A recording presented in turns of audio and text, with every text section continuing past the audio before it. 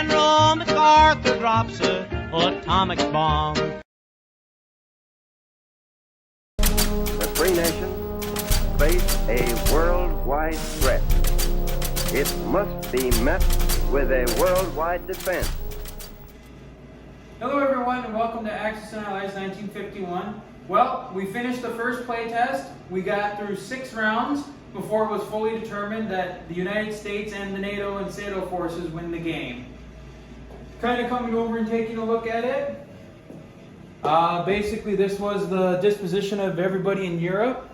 Had a decent sized NATO and US force in northern Italy. He's actually in southern Italy.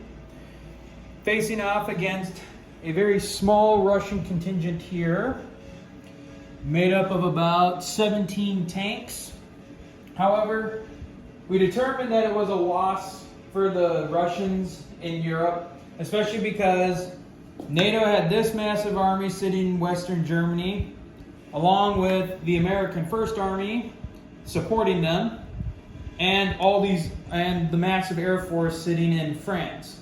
And as you can see on the map, pretty much Russia was pretty much done, especially now that NATO was able to reinforce Turkey and open up Greece.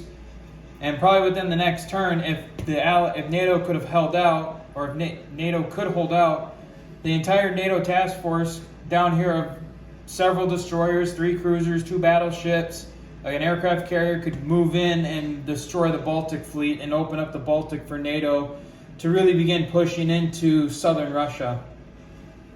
Over here in the Pacific, not much action really happened around here. SATO did move in here to block these 2 forces from blitzing down into the Shan state. China was able to reinforce French Indochina, but SATO was able to get in 3 more tank divisions to bolster up their numbers. And then kind of coming to the end, where the game pretty much was decided, the United States launched a seaborne and airborne attack and was able to capture the Chinese capital at Johor and basically force the end of the game.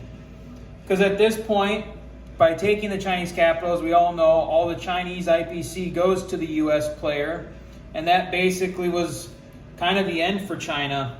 They still have some forces left, but it wouldn't be enough for them to really stop the United States, and with Russia so focused over there, they wouldn't really be able to get forces here in the east to counter the rest of the US forces that obviously are getting ready to make the jump over. So, after 6 turns, it became pretty clear who won. We've already identified some issues, and we'll probably spend the next month or 2 kind of working the bugs out again, and then we'll probably play test probably do our next play test sometime in October. But that's pretty much it for this first play test. Hope y'all enjoyed watching our series of videos as we went on with this, and we look forward to making more, and we look forward to the next play test. Take care, everybody. Bye.